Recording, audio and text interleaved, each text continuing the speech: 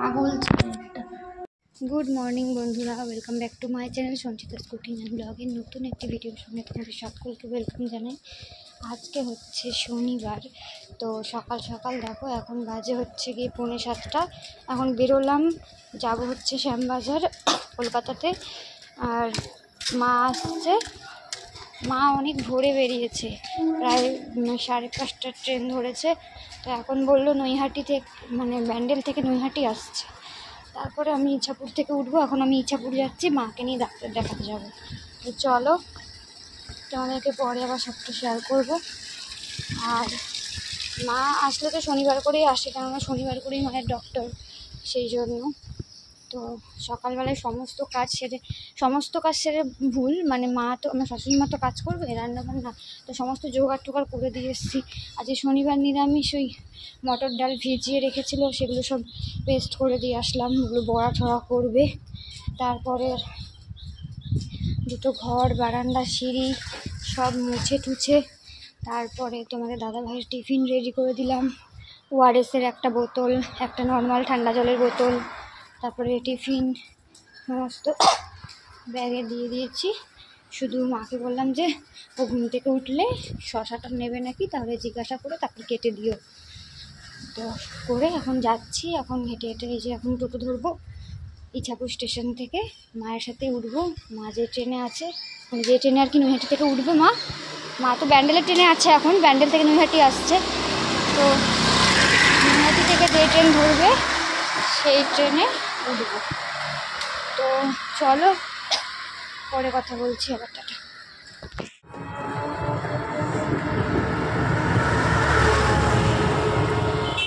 চলে এসছি এখন স্টেশনে, তো দেখা যাক মা এখন নৈহাটি থেকে কখন ট্রেন ধরে। আমি হাঁপাচ্ছি, উপরে উঠেছি, 2 নম্বরে আসলাম। আমাদের বাড়ি হচ্ছে 1 নম্বরের দিকে, তো 2 নম্বরের দিকে আসলাম শিয়ালদা যাওয়ার জন্য। 2 নম্বরে আসতে হবে আমাদের, আর 1 নম্বরে যদি থাকতাম তাহলে আমাদের বাড়ির দিকে যাওয়া যেত, মানে ব্যান্ডেলের দিকে আর কি। তো চলো, আমি হাঁপিয়ে যাচ্ছি, মাকে ফোন করি, দেখি উঠেছে কিনা। তারপরে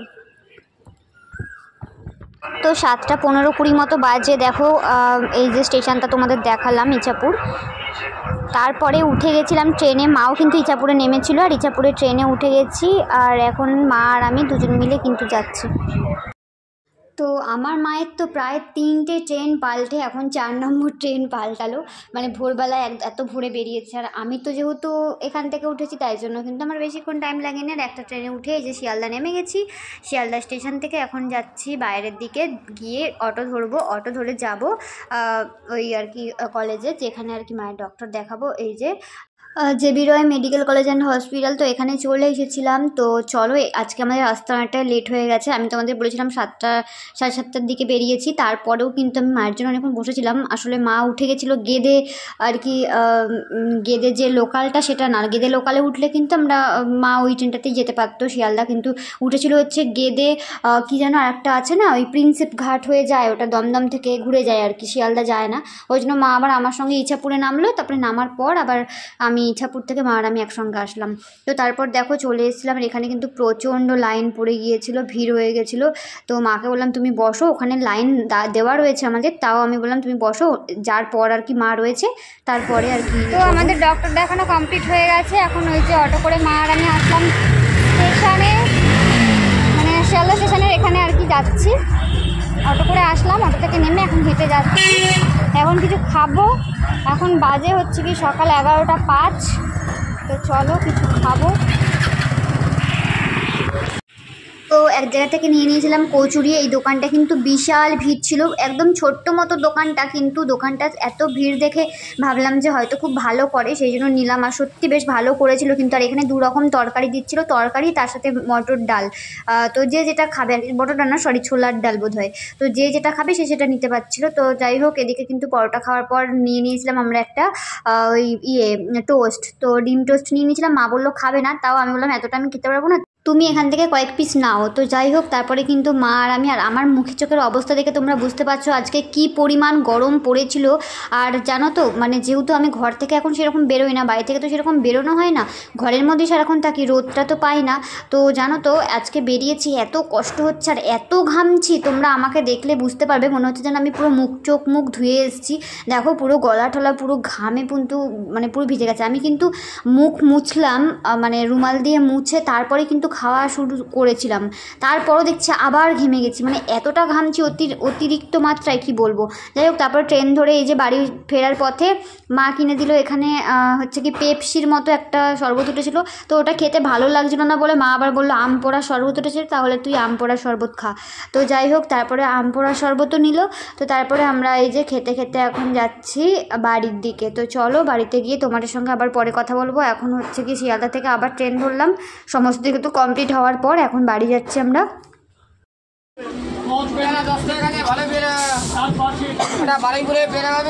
তো প্রায় 1:45 বাজতে গেল, মানে এখন ট্রেন থেকে আর কি নামবো একটু পরেই, কিন্তু এত শরীরটা খারাপ লাগছিল কি বলবো। তো বাড়িতে এসে স্নান করে যেন শান্তি পেলাম বন্ধুরা। দেখো এখন বাজে 1:30, তো বাড়িতে এসে স্নান করে নিয়েছি আর মাও স্নান করতে গেছে। আর মায়ের জন্য আর কি শাড়ি বের করে রাখলাম। তো মা তো ডাক্তার দেখাতে এসেছিলো বলে আমি তো বলেই দিই যে তুমি শাড়ি ঠাড়ি কিছু আনবে না, কারণ আমার এখান থেকেই পরে নেবে। তো যাই হোক, আর হ্যাঁ, আমি ট্রেনে উঠলে এই জিনিসগুলো কিন্তু আমার সবথেকে বেশি ভালো লাগে, মানে ট্রেনের না ক্লিপ অনেক দিন টেকে, তো খুব একটা বেশি দাম নেয় না ট্রেনে। কিন্তু এই যে পিঙ্ক কালার বড় ক্লিপ দেখতে পাচ্ছ, এটা নিয়েছে 20 টাকা, আর ওই ক্লিপগুলো নিয়েছে 10 টাকা করে।